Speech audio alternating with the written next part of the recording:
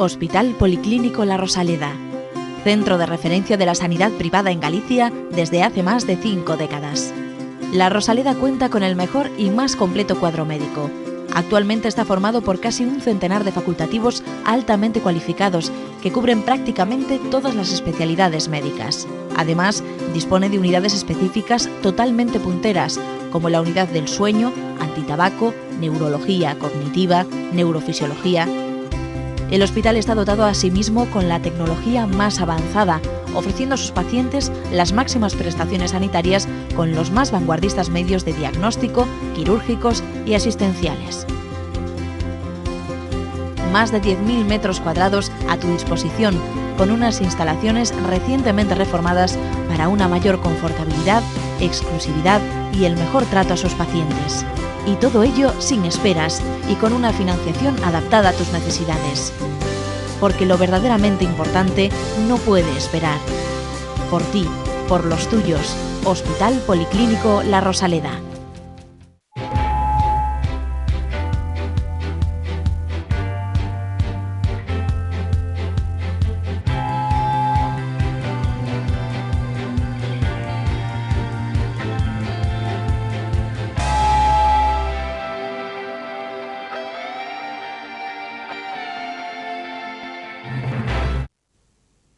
Hola, bienvenidos a esta su casa, la televisión del Correo, donde semana tras semana, y ya llevamos unos añitos, eso sí, gracias a ustedes, contándoles cosas que tienen que ver con la salud, porque esto es, por si no se habían dado cuenta, Falando de Saúde, donde les damos una vez más la bienvenida, y acto seguido, pero enseguida, si no luego se me enfada. María Almodóvar, bienvenida. No soy tan gruñona, muchas gracias. Bueno, depende cómo tenga el día, no vayan ustedes a creer. Bueno, eso también. Bueno, eso de entrada. Y segundo, como siempre, antes de seguir adelante, ¿de qué vamos a hablar hoy, María? Pues hoy en Falando de Saúde entrevista a una ginecóloga de La Rosaleda. A continuación, los espectadores plantean sus dudas sobre enfermedades de transmisión sexual. El doctor Ignacio Balboa nos explicará el término infiltración y, por último, desde el Servicio de Enfermería de La Rosaleda nos enseñarán a evitar el contagio de la gripe en casa. Y efectivamente, hay un aspecto de nuestra vida, que es la sexualidad, que tiene ciertos riesgos. Que la práctica de la sexualidad, cuando no se lleva a cabo adecuadamente, puede desencadenar determinado tipo de enfermedades que se llaman así, enfermedades de transmisión sexual, y que la Organización Mundial de la Salud advierte porque son una causa importante, primero de enfermedad, segundo, en algunos casos de incapacidades y de muchísimas infertilidades. Afecta a muchísimos millones de personas, tanto varones como hembras, y hemos creído que valdría la pena dedicarle un ratito a hablar seriamente y científicamente de estas enfermedades. Y evidentemente lo mejor es hablar con un experto, en este caso una experta, una ginecóloga, la doctora Elena Pérez Muñozuri. Elena, bienvenida. ¿Qué tal? ¿Tan importante es esto de las enfermedades de transmisión sexual? Pues sí, es importantísimo. Las cifras hoy por hoy cifran en más de 300 millones de personas afectadas en todo el mundo de enfermedades de transmisión sexual, sin contar el VIH y el papiloma. ¡Qué barbaridad! Frecuentísimo. Oye, ¿por qué se les llama enfermedades de transmisión sexual, aparte de porque se transmiten por el acto, la práctica del acto sexual? ¿No se pueden transmitir de otra manera? No, hay algunas que sí, Por ejemplo, la más habitual, el VIH, transmisión sexual, pero también transmisión por vía parenteral y transmisión vertical, ¿no? de madre a hijo. Lo que pasa que, bueno, en este caso vamos a hablar del conjunto de todas las de transmisión sexual, ¿no? ¿Y cuáles son las más comunes, doctora? Pues sin contar estas del VIH y el papiloma, la más frecuente es la tricomoniasis, que bueno, suena así un poco raro, es un protozoo que a veces está en la vagina de las mujeres y es la más frecuente, también es una de las que, digamos, quizá menos síntomas nos puede dar, de las que menos nos puede preocupar. Y después la clamidia y la gonorrea le siguen en frecuencia y esas sí son enfermedades que son más graves, dan síntomas más evidentes. Y son las de las que hablabas de que pueden producir infertilidad, ¿no? Esas, con más frecuencia. Hay una cosa que siempre llama la atención. Dice, bueno, sí, pero pasan desapercibidas, no dan síntomas. Es decir, ¿cuáles son los síntomas que pueden aparecer los más frecuentes?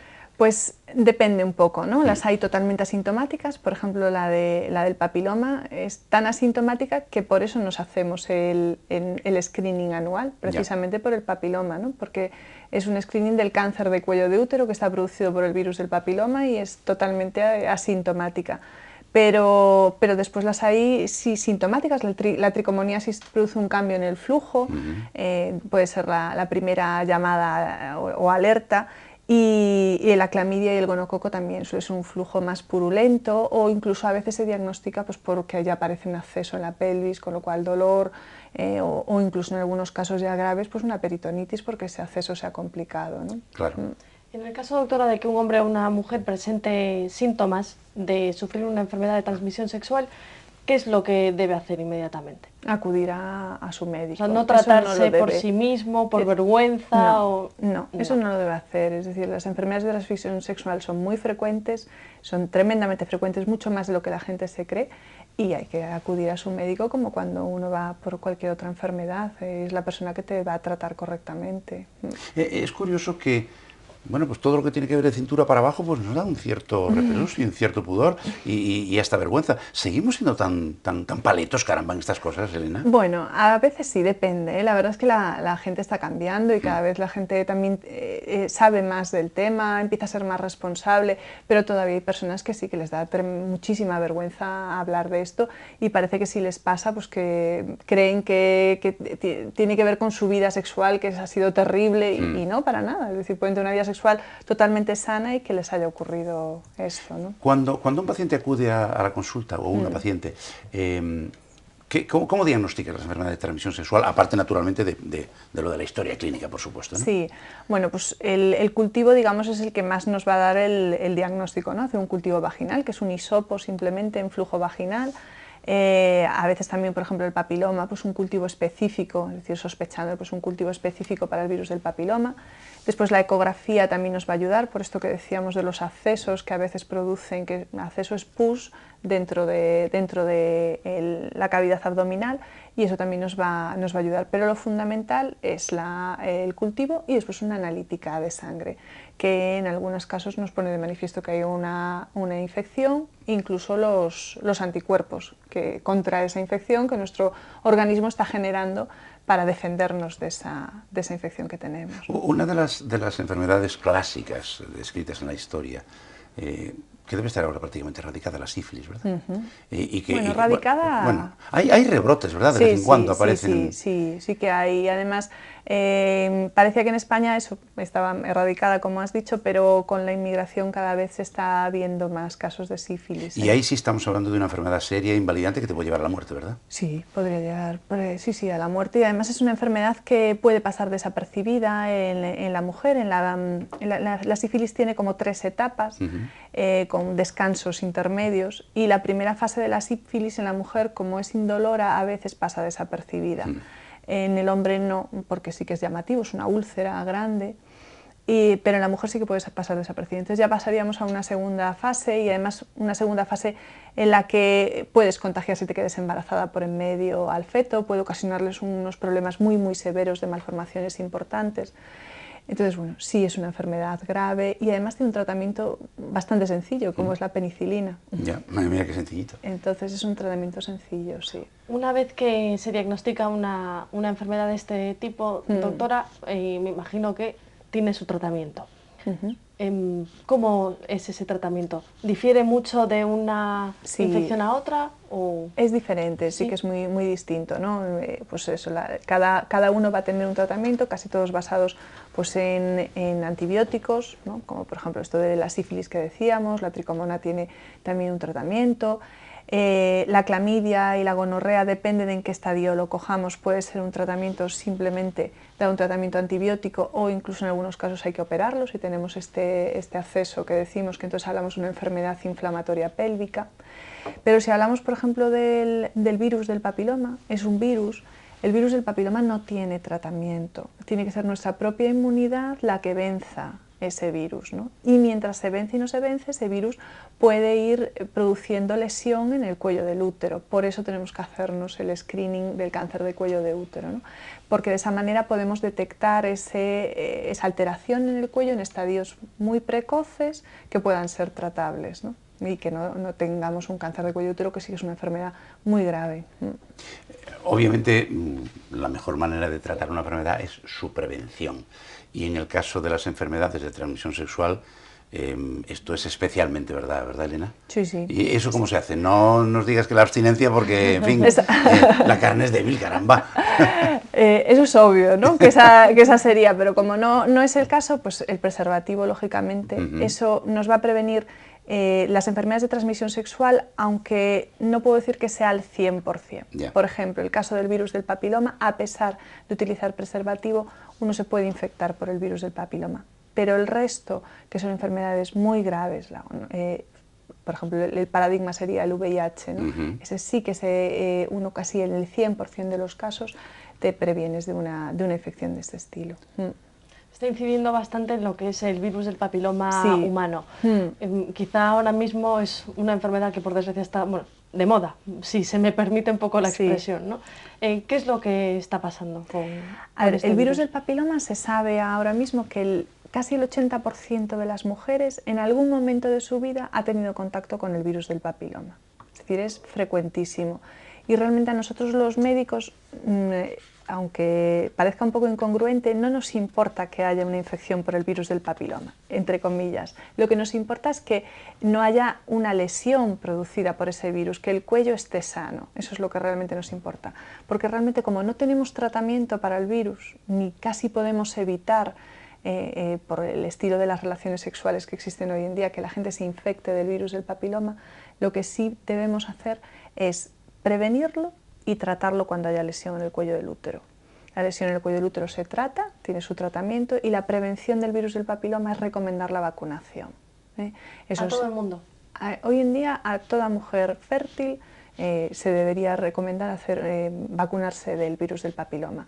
Ahora mismo está en los calendarios vacunales de las niñas, en nuestra comunidad autónoma se pone esa vacuna, pero a partir de ahí, a cualquier edad, se debe recomendar la vacuna del virus del papiloma, independientemente de que la mujer haya tenido relaciones o no, e independientemente de si ha tenido o no ya una lesión por el virus del papiloma. ¿Y los hombres?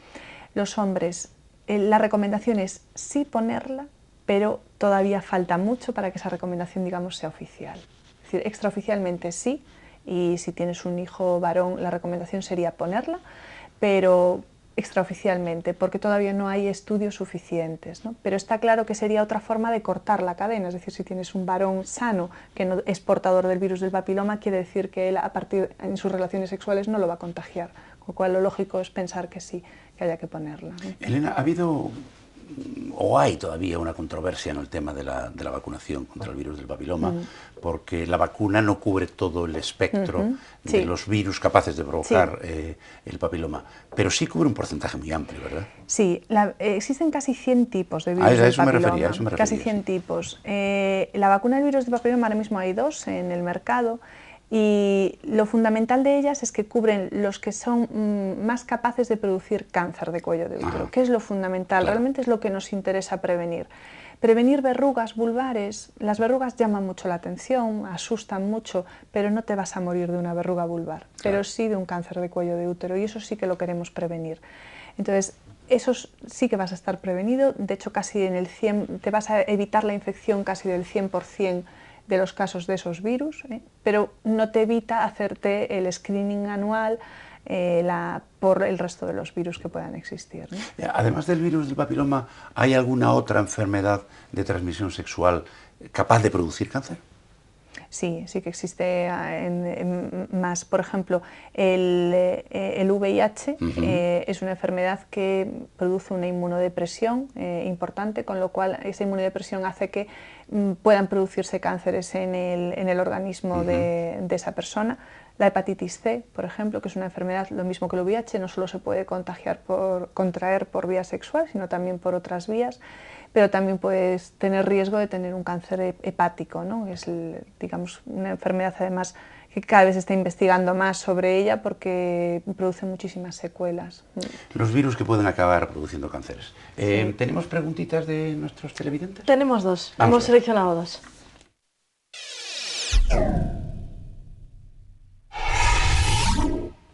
Les recuerdo que pueden enviarnos sus preguntas a falandodesaude@correotv.es, o si no también lo pueden hacer mandándonos un mensaje privado a Facebook, y también nos pueden seguir, por supuesto, a través de Twitter, donde subimos todos los vídeos de nuestros programas, y así, si se pierden alguno, pues siempre pueden recuperarlo. Doctora, primera pregunta. Venga. Laura de Santiago le pregunta si una mujer embarazada presenta síntomas de enfermedad de transmisión sexual, ¿el feto puede correr algún peligro?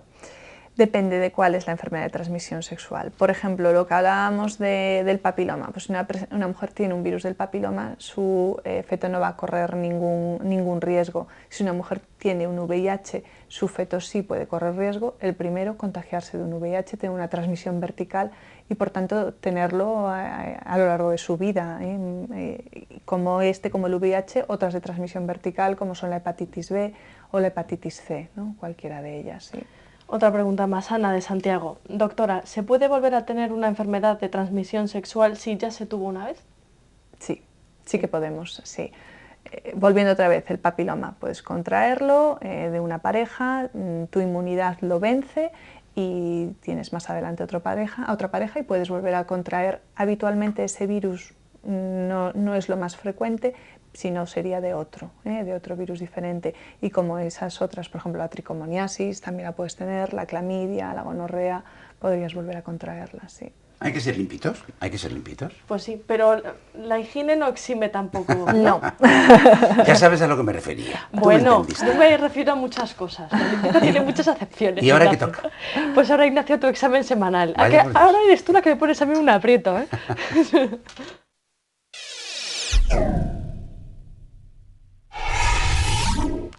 Venga, esta es fácil. Y hoy no te la mereces, ¿eh? Pero bueno, en fin. A ver, háblanos por favor de infiltración. ¿Qué es una infiltración? Ah, bueno, sí, hoy es facilito, hoy te has portado bien, Yo sé que he sido bueno yo o ha tenido un buen día. Una infiltración, bueno, pues es una forma de tratamiento que se utiliza con bastante frecuencia, en algunos casos con excesiva frecuencia. Mediante la infiltración lo que hacemos es inyectar una sustancia o dos sustancias en una zona donde de otra manera sería difícil llegar, o que si tomamos medicamentos por vía general, ahí cuesta un poco y además no va a tiro fijo. Bueno, la infiltración lo bueno que tiene es que, por ejemplo, para tratar un dolor muscular en una zona concreta, porque hemos tenido pues una rotura fibrilar o tenemos un dolor que no se nos pasa, bueno, pues lo que hace el médico es que con una aguja muy finita inyecta una sustancia o dos. ¿Cuáles son? Habitualmente suele ser una mezcla de dos medicamentos bastante frecuentes. Uno es un anestésico, sí, un anestésico, porque quita el dolor, que es de lo que se trata, y además tiene una ventaja el anestésico. Los anestésicos producen vasodilatación en la zona, por tanto favorece la llegada del riego sanguíneo a donde está la lesión y facilita su recuperación. Y la otra sustancia suelen ser corticosteroides, que son sustancias que nuestro propio organismo produce, genera, pero que en este caso se administran por vía a través de la piel, por vía parenteral y de una aguja, porque también lo que hace es que acelera y facilita el proceso de recuperación. La ventaja de la infiltración es que va a tiro fijo. Allí donde duele, infiltramos y se recupera antes la lesión. ¿Qué ocurre? Que no se puede hacer con alegría, porque si inyectamos con excesiva frecuencia corticoides, acabamos provocando el efecto contrario, que aquello no cure y provocamos fibrosis, con lo cual mejor no. ¿Qué les digo a ustedes que se puede hacer, cuántas se pueden hacer al año en una lesión que no acaba de mejorar? 2, 3 y ya, pero eso lo sabe mucho mejor el especialista al que usted recurra. Por tanto, infiltración generalmente en articulaciones o en tendones o músculos que han sufrido algún tipo de lesión traumática o inflamatoria, y que eso ayuda a ir directamente al foco y acelerar el proceso de recuperación. Y no se crean eso de que dicen, no, es que duele mucho. No, no puede doler porque le están metiendo a ustedes anestesia. Por tanto, alguna molestia sí, una pequeña molestia sí. Pero es muy útil, eso sí, en pequeñas diócesis, como yo les digo siempre, y en manos expertas. Ya. Gracias por la explicación. Vale. Muy bien. ¿Y ahora qué nos toca? Nos toca ir a dar un paseo a la Rosaleda y a recibir un consejo. Vamos allá.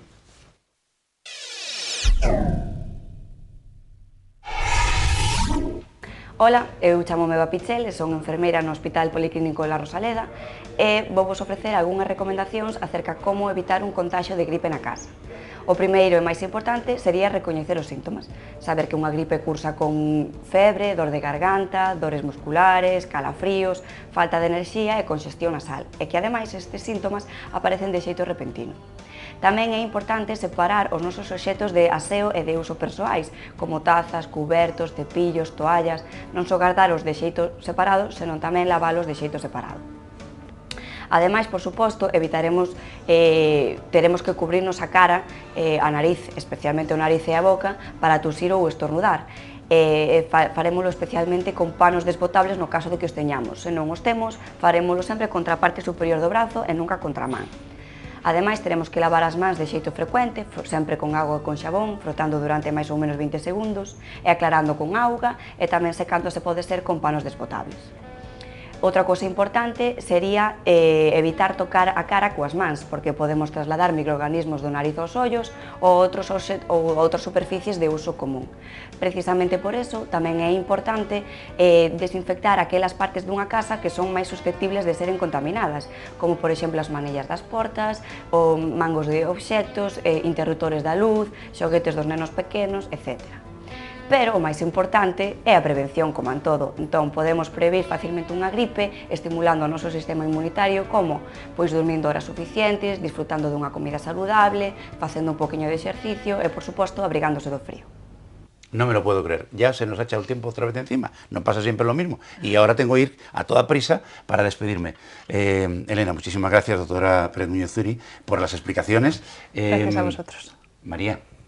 Hasta la ¿Qué semana que paciencia viene. tienes, hija mía? Anda que tú conmigo. Bueno, pero lo llevamos con resignación cristiana Si o con estoicismo laico, Si depende. lo supieran los espectadores. Ellos sí que tienen paciencia, que nos aguantan aquí todas las semanas y ya un año y otro y otro y otro y van 7. Qué paciencia tienen, Dios mío. Nosotros encantados, ¿eh? Si no, no vendríamos. Así que si ustedes están aquí la próxima semana, nosotros también. Hasta entonces, mi mejor deseo, como siempre, salud y suerte.